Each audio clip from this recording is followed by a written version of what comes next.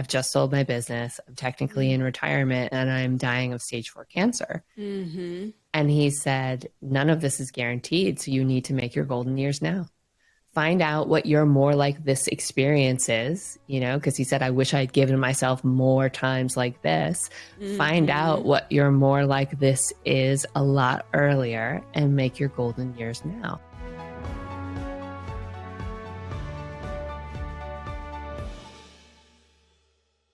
Hi, I'm Dr. Amy Robbins, and welcome to Life, Death, and the Space Between.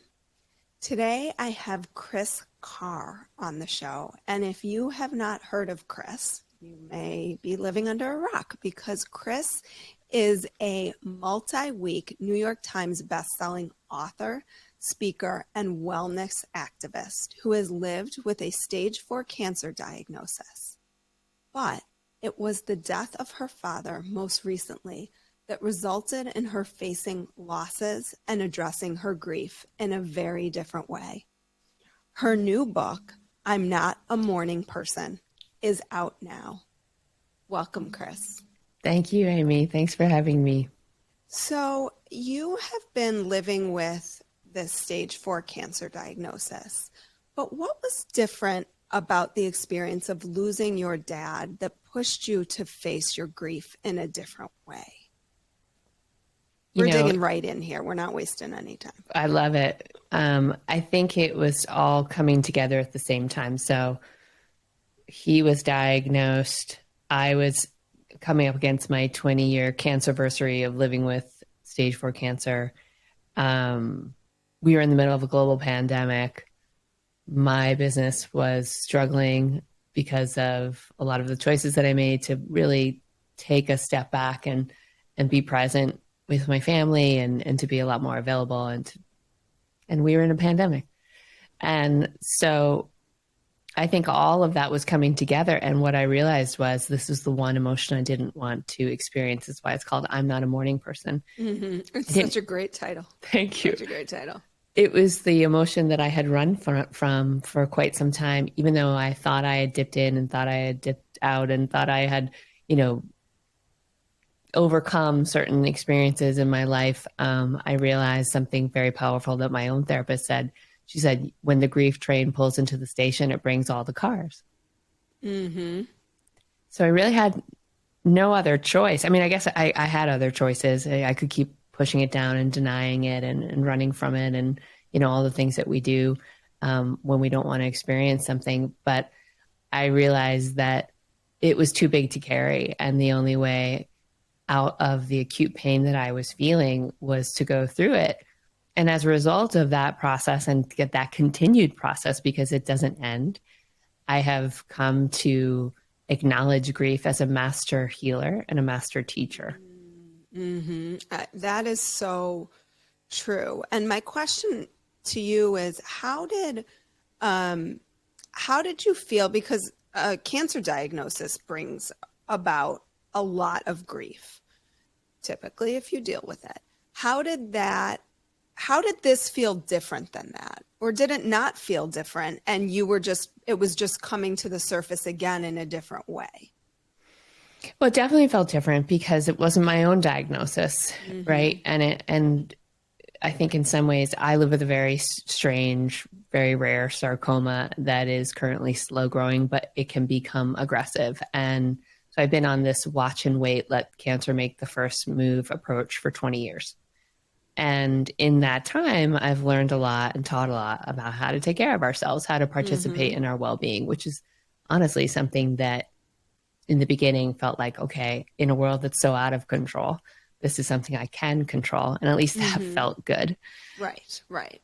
And then with my father's diagnosis of pancreatic cancer, those feelings of completely being out of control came back. But in this case, this was not my journey to walk. This was his journey to walk and for me to walk beside him. And so, of course, there was a different kind of fear. And also his disease was very aggressive. And so you add the time, just the sheer fact that there could potentially be a lot less time. And there was a deep urgency around it. So it was very different. I was filled with, in the beginning, it was just, I was filled with fear and anxiety, to tell you the honest truth. And that fear and anxiety felt different because you felt like you had less control because it wasn't your own diagnosis. Like I would imagine there was a lot of fear and anxiety when you originally got your cancer diagnosis. Absolutely. But after 20 years of living with a relatively stable cancer, you know, for me, it's a game of mental management. It's a marathon of fortitude. And this was a very acute, very aggressive, very fast growing situation. So it's like comparing apples and oranges, really. Even though underlying is mortality, right? So it has that through line. Right. Which we live in denial about. Yes, we constantly. You know, that's why I do the show, is to help people kind of come out of denial as much as possible around their mortality, which leads me to one of the things you say in the book was you talk about watching your parents move towards your dad's death by allowing the preoccupation with life to fade away. And what truly mattered came through, which was the love between them. And I'm imagining also between you and your dad, which was such a beautiful love story in and of itself, because he's not your biological father and he adopted you and brought you into his world, and in such a warm, we were talking before, open-hearted, loving way. Do you think that, you know, one, what was it like to watch their love? And do you think there's a way to find that without having to stare down death in the face? That would be really beautiful. I think because we put it off and we think we'll figure it out later, and we forget that we're hurting humans who are mortal. I think we kick the can down the road. But when it's right in your face, I think what matters becomes very clear, and it can be quite sobering, and not just in a scary way, but in a very beautiful way. I mean, I think that ultimately 20 years into living with stage 4 cancer, that has been something that I have had the experience to really feel and to dive deeply into. It's become a compass for me in many ways. Doesn't mean I always listen, because I'm still human. Right. Damn, those human qualities. I'm always like, come on, there it is again. Yeah, here we go. It's like we wake up and we go back to sleep, and we wake up and we go back to sleep. And so I think the goal is to just maybe shorten the gaps between the two. Yeah, I was going to say we do that like a million times a day. If you can wake up, you're always waking up and falling back asleep. Yeah, exactly. And at least you can say to yourself, "Oh, I'm back. I'm asleep right now," or "Oh, this is what my brain does," or whatever it is. It's just to kind of snap yourself back. But to answer your question, when you're in the process of saying goodbye to your life, what I was able to witness with my parents is that the little squabbles and the things that used to irritate them and get under their skin, and that are a part, I think, of every partnership, whether we want to admit it or not, really did start to fade, because what remained was this just deep love they had for each other for over 30 years. And as his time shortened, I could see that love grow and grow and grow and blossom in a way that I would say in the last year of his life, their love was bigger than I'd ever seen love could be. And do you think there's a way to get there without that? Do you think you allow for that expansiveness in a way that maybe you don't in any other time? I think so. I have to say, I do think that mortality puts the gas on that, you know, but to your point, it's a beautiful goal to aspire to. You know, when you're in the day-to-day with the people that you love, what can you let go of? What do you really really want to fight for? You know, is this a sword you want to die on? You know, it's like even the little things, like, for example, my husband does not like to put lid on the grapefruit. It just doesn't like to do it. For whatever reason, you can open it, you could pour it, you could close it right back up. Right. And I could easily be like, damn it, put the top on. I always have Right. to ask you. And I would say that, that's just one of the hills I don't want to die on. It's just not as important as our relationship. And so that's just a very small example of how perspective starts to shift.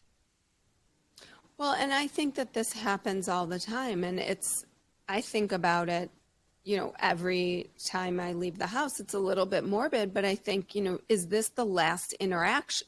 If this is the last interaction I have with whomever, my kids, my husband, my dog, who usually gets the short end of the stick in all of this, what do I want? How do I want to, how would I feel if, God forbid, something happens? And it is morbid, but it does shift how you are in relation to people, particularly your loved ones. I think that that's a beautiful practice. And I actually think that it's funny. I've never thought that the word morbid, I've never really thought about that word. And as you were saying it, I wanted to kind of for us to reclaim that word or give that word a different definition or at least a different feeling, because when we say it, I can imagine some people like shying away from anything that might be morbid. Mm-hmm. But, if you're shying away from something that's morbid, you're shying away from life. Right. Right. And I think let's reclaim it now. Sort of like reclaiming death, right? Like people who don't even say, they come up with and I'm sure you experience this, all different kinds of words to talk about what happened to your dad. He moved he was in a different place. He passed on, but the reality is he died. 100%. I was actually very conscious of that throughout the book, because when you're writing a book about loss and about all of the emotions and the experiences that you may go through when you lose not just someone, but it could also be the loss of, your former sense of self, the loss of a job, the loss of, for example, a diagnosis is a big loss, right?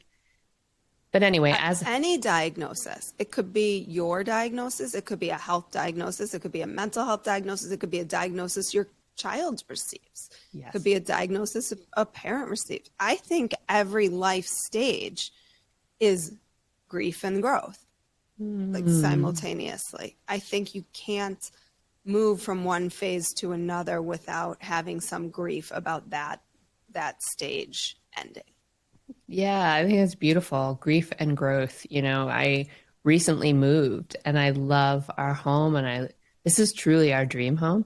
And leaving my house, my former house where we were for well over a decade, I was ready, and I was also really sad because so many beautiful memories were there, including memories of times that my dad was there. And so to your point, it's grief and growth. Do I want to be back at that place? No, I'm so thrilled here.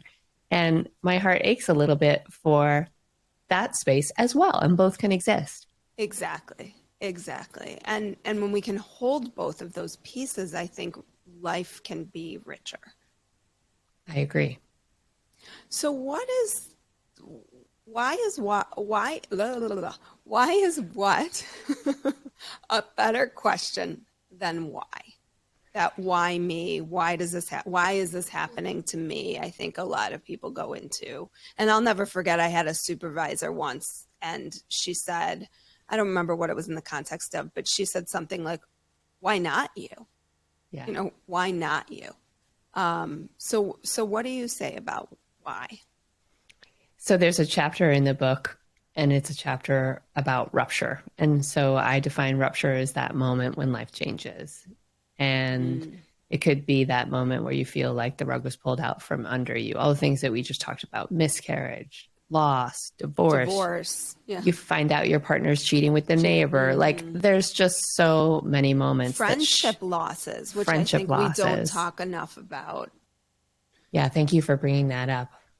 Absolutely. And so those are the ruptures, and they're big and small, and none of us are immune from them. This is part of life. And I think what happens sometimes with these ruptures is, first and foremost, they always give us opportunities to realign. They always give us opportunities to really look at our priorities, even when we're in the middle of heartbreak, to look at our priorities, to even maybe resuscitate an old dream and desire that you have put off. They bring our values into sharp relief. So there are some, I wouldn't say benefits of rupture, but there are some positive things that can happen from those ruptures. Does that mean I want those things to happen? Absolutely not. Right. But again, the point is that they will rearrange us, and they will. And so we can, like, I'll take the example of my diagnosis. Sometimes asking the question why can be very fruitful. We should always ask why. Why did this happen? Because sometimes we may find an answer. We actually might find an answer that's useful for us. The problem is that when we get stuck in the rumination of why, and the rumination of why becomes the focus, which can be it can create a lot of guilt. It can create a lot of shame. It can create a lot of, lack of problems with our self-worth. It can keep us stuck in the unchangeable past. And what I have found is, if you are in a place like that, or you find yourself continuing to drift back into that place, is the better question is, what can I do now to support my mental health?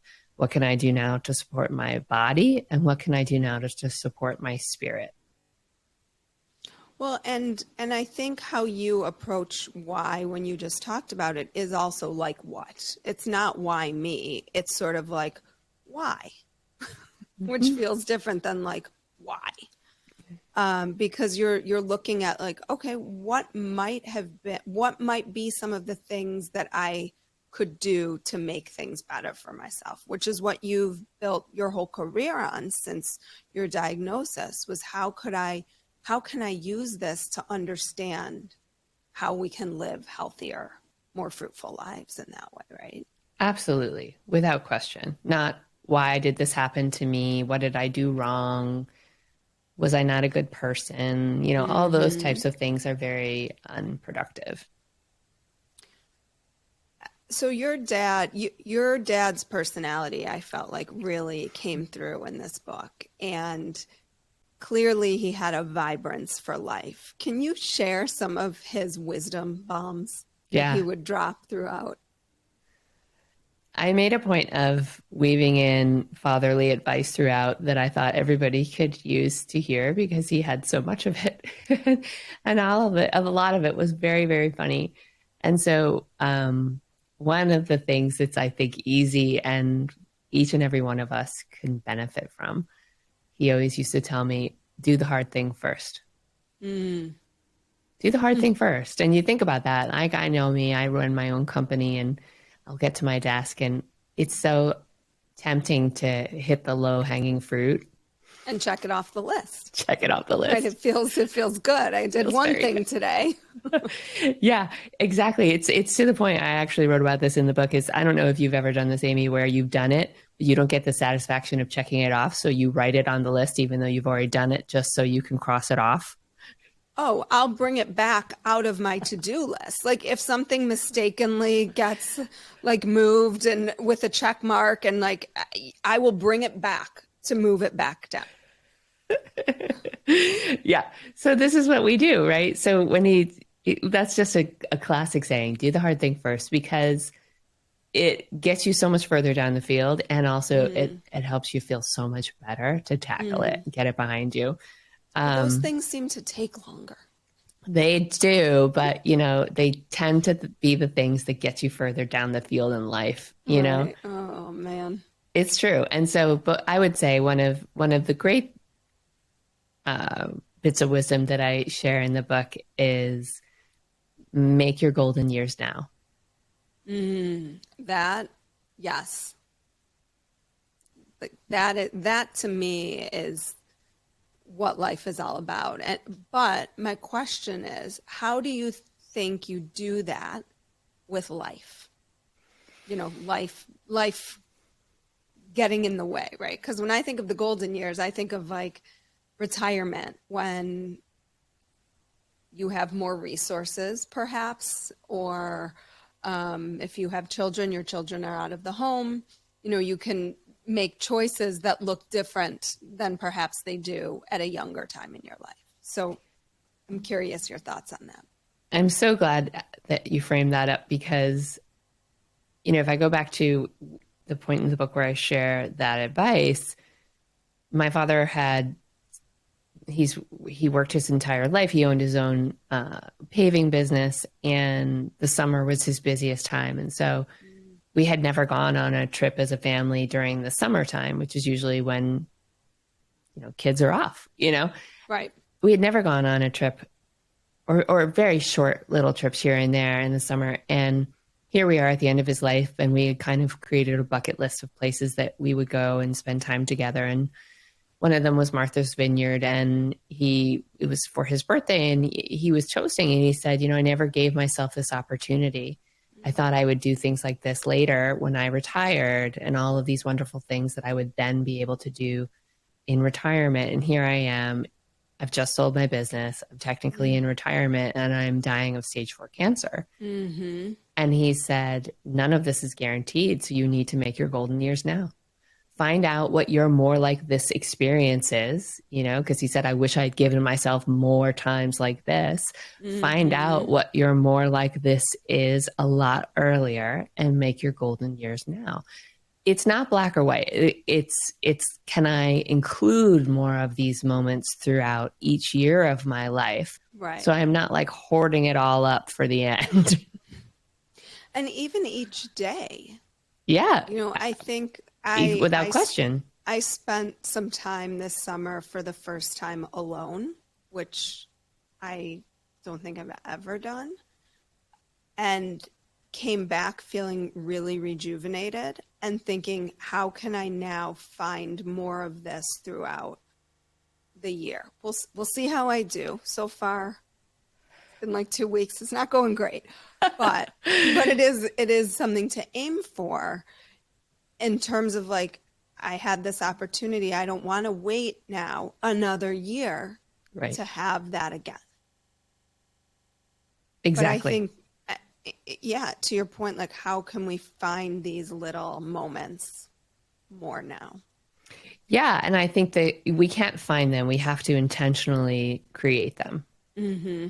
And that's the difference, because to your point, we're all busy. We've all got too much on our plates. We live in a very fast-paced world that is changing by the minute. And then we bring in things like AI. We have no idea how life is going to be rapidly changing for us. And so it's not a passive experience living. It's active and it's intentional.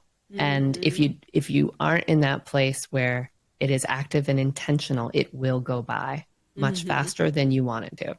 It will basically like roll you over, I feel. It could. More than go by. It could. It could. What are some other wisdom bombs? Okay. Well, one of the things that I loved, especially, we were talking about love earlier, and as love was growing in his heart, and love was kind of the dominant energy in the room. He would say, if you love somebody, say it. If you feel it, say it, because life is too short. Mm-hmm. And he was kind of a guy's guy. He was old school. So it was like all his golf buddies would hang out, and these were not the things that they would say to each other. Do you know what I mean? But he would be like, love you, Kev. Love you, Frank. Love you, Phil. And he would do that all the time, or only as he neared death? I don't think he did it as much before then. But then everybody was like loving and love you, Ken, love you, Phil, love you, Frank. You know what I mean? And so it's a beautiful experience to tell somebody you love them. And for them to sounds like feel it and embrace it, and then start saying it to each other or other people. And then it just love spreads in that way. Exactly. Okay, I'm going to switch gears a little bit to your therapist, because I was curious about this, because I've said things like this before and I love it. She says to you, It is what it is, but you don't have to like it. And I think some people might have a strong reaction to that. Like, what do you mean it is a therapist? She sounds like my type of therapist. She sounds like direct and empathic simultaneously.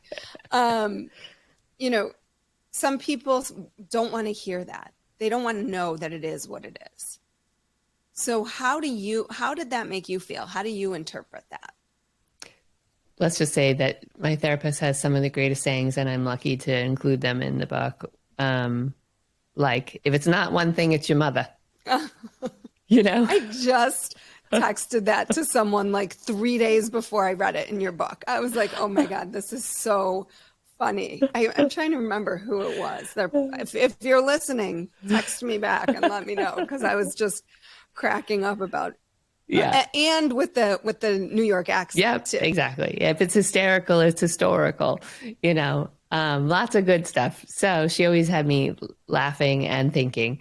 But when it comes to it is what it is, and you don't have to like it, I find that to be very empowering. So I live with stage 4 cancer. It is what it is, and I don't have to like it.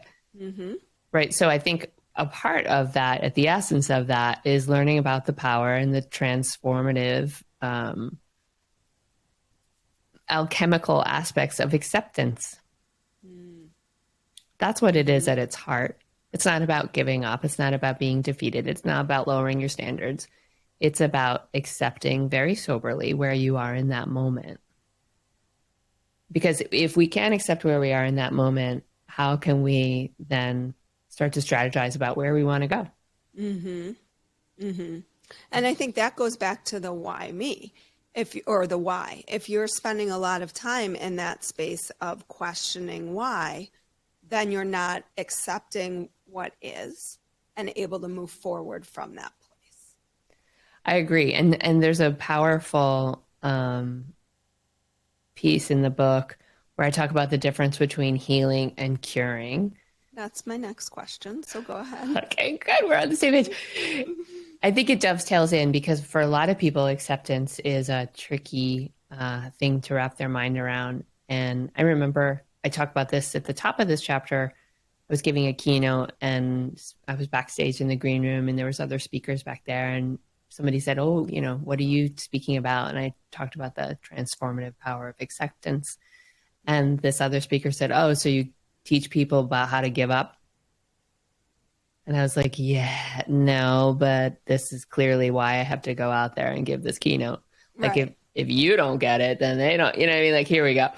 So I think that if we think about healing and curing, at least these are my opinions. This is what I've come to understand, especially as a person who lives with stage 4 cancer.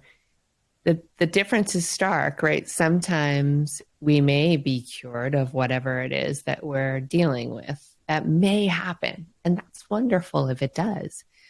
But it may not happen also. And that doesn't mean that we put our life on pause and that we can no longer live. Like, once this is over, then I'll live, because it might not be over, right? The cure may not happen. Failed. Exactly. 100%. Healing, on the other hand, can happen anytime. Healing is an ongoing process, as you well know. Healing can happen as you're actively dying. It's available to each and every one of us. And so when I really realized that and made that difference for myself, it became very essential for me to understand and appreciate the power of acceptance. Of like, acceptance really to me means I will not abandon myself in my time of need. I will not abandon myself in my time of need. Yeah, I'm not going anywhere. I got you, girl. I got your back. No matter how dark this gets, no matter what shit pickle you find in yourself in, I got you. That's acceptance. It's not passive. It's actually quite defiant. Well, and everything that we've talked about today is not passive. Yeah. It's actively, and this is what you teach, and it's actively engaging in your life. all the time, moment to moment, day to day, year to year. That's beautiful, Amy. What surprised you about your grief most? Oh, it surprised me how big it was and how, you know this from your background about how many other emotions came along for the ride that kind of Mm-hmm. sideswiped me. Which is So, why I break it down that way in the book in various chapters, because I just thought it would be sadness, and it was mm-hmm. not the case. Mm-hmm. Mm-hmm. Yeah. What else did you experience? And are you still experiencing, perhaps? Well, I'll experience them all because I think, as you well know, our emotions are information, and we can't amputate any of them and expect to be whole, Mm-mm. right? And it's our desire to that messes us up. Right. Right. Like I I'll always say it's like a whack-a-mole. Like you can try, you go ahead, you try to whack that one down, but be careful because it'll pop up. You know that game that yes. it'll pop up somewhere else for sure. And like maybe two at once. So like deal with them as they come. Very well said. And I have had that experience more times than I'd like to admit. So yeah, a lot of the big emotions. I was surprised by how guilty I felt when I got a good scan and my father is down the road getting bad news because we both. Mm-hmm. I was at Dana-Farber. He was at Mass General in Boston, and we happened to be at the two different cancer hospitals at the same time. I get good news. He doesn't get good news. And I have Right. survivor's guilt. I'm thinking, Mm-hmm. this is not fair. I was afraid to even share the news. And of course, your parents, they want to hear nothing but good news coming from Right. your oncologist. Here I am thinking, I can't share that. I feel so guilty. Mm-hmm. Mm-hmm. And everything that comes along with that, like just the dynamics of that with your dad dying and you getting like a life diagnosis and his is a death diagnosis, and and for your mom, how emotional that has to be, just being in the middle of those two 100%. experiences, right? Like feeling, I'm sure, just the overwhelming joy for you and then the intense sadness. Yeah, absolutely. And so going back to the question of the emotions that would surprise me, that was one. Lot of, I'd say about midway through my experience is when I really came face to face with anger, Mm. and then the Mm-hmm. shame that followed it. And I learned a lot about that emotion, and I did a lot of research on that emotion. And one of the things that I really benefited from as the author of this book was to explore emotional literacy more. And Mm-hmm. I feel like every single one of us as human beings, we have a sense of what that is. We have a sense of what it feels like. But then when we actually start to do research and educate ourselves about our different emotions, I think it creates this opportunity for us to, first of all, learn how to navigate them better, but secondly, have a lot more compassion for ourselves. Mm-hmm. Well, and when you're conscious and paying attention, you start to recognize sort of like what we were talking about earlier. You wake up, you go to sleep, you wake up, you go to sleep. Like these emotions are there all day long in all different capacities if you are allowing yourself to witness them, but not necessarily judge them. You're just like, oh, feeling a little bit sad right now, or feeling irritable, or feeling anxious, or feeling angry, or feeling guilty, or feeling ashamed. I mean, they're kind of all always there, like quietly in the background for different things, I think. And we do a great job of repressing them or suppressing them really, Yeah. and keeping them at bay. But they're just, like you said, they're just information.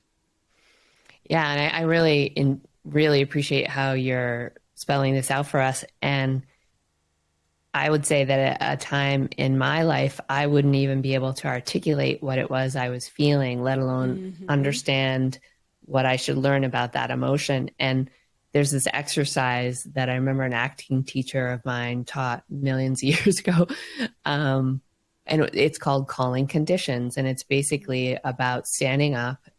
And it was how we would warm up our instruments and actually say one word at a time how we were feeling: tired, hungry, pissed, jealous, whatever it was, just to be able to articulate the emotions because this was the instrument. And I feel like that's just a great exercise for every single one of us to just be able to say what it is that you're feeling. Because more often than not, we walk through life super checked out and unconscious. And then all of a sudden we have this big reaction to something and we might be startled or surprised by it, or we're feeling this malaise and we can't put our finger on it. And that simple action of what you just said, which is basically recognizing that we have all these different emotions running very often, every single, it maybe in the same minute. And Right, yeah. Just being able to first and foremost name them. And I think, for so many people, it's so difficult for a number of reasons. And because it's the sea I swim in all the time, sometimes I forget the simplicity of it all. Like it's, when you're doing it for so long, and I've been almost practicing for almost 20 years. And it's like, yeah, of course, like we all feel these things all day, because this is what I do with people, is I help them navigate their feelings all day. But then you realize, yeah, most people are not aware that that's the process of their experience. So I think it's helpful to really spell it out in that way. And even when we become experts again, we go back to sleep. So being able to say, whenever you're confused, say, how do I go back to beginner's mind? Right. Because life gives us little punches all the time. Thanks, life. Little jabs. So let's shift to my favorite thing to talk about when I'm talking about death, which is signs and experiences that we have. So can you share with us, first, were you a spiritual person before your dad died? And what did that look like? Yes, I've had moments of deep spirituality, and I've had moments of always being connected to energy and consciousness and personal development, and just even the energy of love, which I think is, which I could say is my spirituality. I have also had times where I'm more agnostic. I've had times where I would consider myself more of an atheist. And so I've allowed myself to run the gamut of what I believe. But always coming back to energy is something that never dies. And beyond that, I'm not exactly sure. And being able to say, and that's okay. I feel the presence of my dad, and I talk to him still. And I choose to believe that I get signs. And I'll share one of the beautiful stories in the book, which is, so I was diagnosed on Valentine's Day. So every Valentine's Day, he would call me and say, how's my Valentine today? So obviously, it's rough. He had died on February 11th. February 14th is Valentine's Day. And it's my 20-year cancerversary, that particular Valentine's Day. So it's kind of a big deal. So, yeah. And I asked my mom if she wanted to go for a walk on the beach. And we went for a walk. And, obviously our hearts are heavy. And it's hard to describe all the emotions that I'm feeling on that day.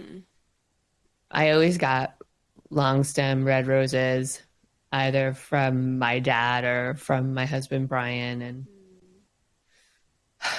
we keep walking and walking and walking. And we're walking far beyond where any beachgoers are.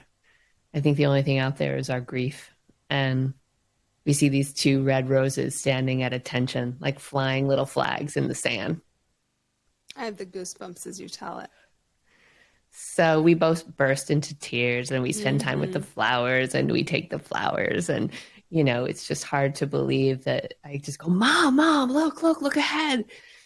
And we're walking back and we've got the flowers, and it's just such an incredibly beautiful moment. And we get to the parking lot and I look up and I can see inside somebody's apartment, and it's this guy. He's walking over to get into his lazy boy chair. He's got a big screen TV and he's about to start a movie. And the title card of the movie comes up and it's Surviving Death. Right. So it's not just the red roses. It's Leslie Kean's, Yeah. Her book, and then they turned it into a Exactly. Netflix series. Yeah. So the roses, and I was just like, "Hey, Dad, good to see you. Mm-hmm. What's doing?" Because that's what he always would say. "Hey, tell me what's doing. What's doing?" Oh. So I was like, "Hey, Dad, what's doing?" And has that continued for you since? Have you continued to receive signs and had synchronicities? I have, absolutely. And I have a feeling that there's a lot more around that I will, I'm not aware of, quite honestly, because I feel like one of the things that I've experienced is this opportunity to make our life a treasure hunt, which is what I write about in the book. It's like actively asking and then looking. And then because what is so obvious are the signs of absence. Right. But we have to look for the signs of presence. The absence is all around. The clothes that are still hanging on the hanger, the chair that was the favorite. Right? The absence is very easy to see, but the presence is something we have to actively look for. And it's there. And if you ask for it, I think it's even there more powerfully. Even though it's interesting that you were talking about consciousness. And I had an interview earlier today, and it was a neuroscientist, and we talked about consciousness and does consciousness, exist after death, and what his thoughts were. I'm not going to give it away because you should all go listen. But we had a very, very interesting talk from a scientific perspective around that topic. So it's just fascinating to think about. And I think when these experiences happen, it always makes you, at least my experience with it has been, it always makes me hopeful. Yeah. And it makes me feel like there is magic out there that I just don't understand, but I know it's magical and beautiful and really fun in that way. And fun to have those, like to even play with loved ones who have passed and say, I need you to show up for me, please. Like, I just need to know that you're still there. And I know it's not the same, but I want to know that you're still there. And then when they do, I'm always like, how is this, like, how does this happen? How is this real? And yet it feels real, and it is real, and it feels good. And I don't know, it just makes life more magical and fun. I think that that's absolutely beautiful, and I am on board for it because I feel like there's no downside to magic and there's no downside to comfort, and one of the things that I have been doing is talking to my dad about business decisions. So, because he would be the person that I would always call, "Hey, Dad, do you think I should do this, or do you think I should do that? And, think I should hire this person, or here's the thing." And so I have put him in charge of HR, and I did get a really good resume this week. So we'll see. But Can he help me too? Yes. I'm going to call him on it. I think he probably could. He had a knack for stuff like that. I'm going to use him as well. So, Kris, if people haven't found you yet, which is a little bit hard to believe because I feel like lots of people have found you, but if they haven't, where can they, and where can they get your book, which I'm assuming everywhere? So let's just give a little plug. Yeah, absolutely. So it's available everywhere books are sold, and you can find me at kriscarr.com. It's probably a question I should stop asking. Where could we find your book? It's a good question, though. Where can't you find books? I wish that people would be able to say, "There's this adorable little bookstore by my house. Come over." Right? Come to this bookstore. I remember we were just sad because Barnes & Noble closed. And we were like, we know it's bad when you're upset that Barnes & Noble has gone out of business, because they were the ones that put the little people out of business. So, Kris, thank you so much for your time today, for this really enlightening interview, and for what you've done for the world in terms of just empowering so many women over so many years to take control of their lives, their health, their well-being. And this is just another way to do that, is to embrace whatever it is you're grieving, because it does not have to be the death of a loved one. I think that's really, really important for people to know, that grief is there. It's like a companion always, in many ways. So thank you so much. Thanks for having me, Amy. Like what you heard today and want to hear more? Wondering what comes next and what it all means? Head over to Apple Podcast, Spotify, Stitcher, Google Play, or anywhere you get your podcasts and hit subscribe. Also, if you could take a minute to rate and review my podcast, I would really appreciate it. Stay tuned as we continue to explore life, death, and the space between.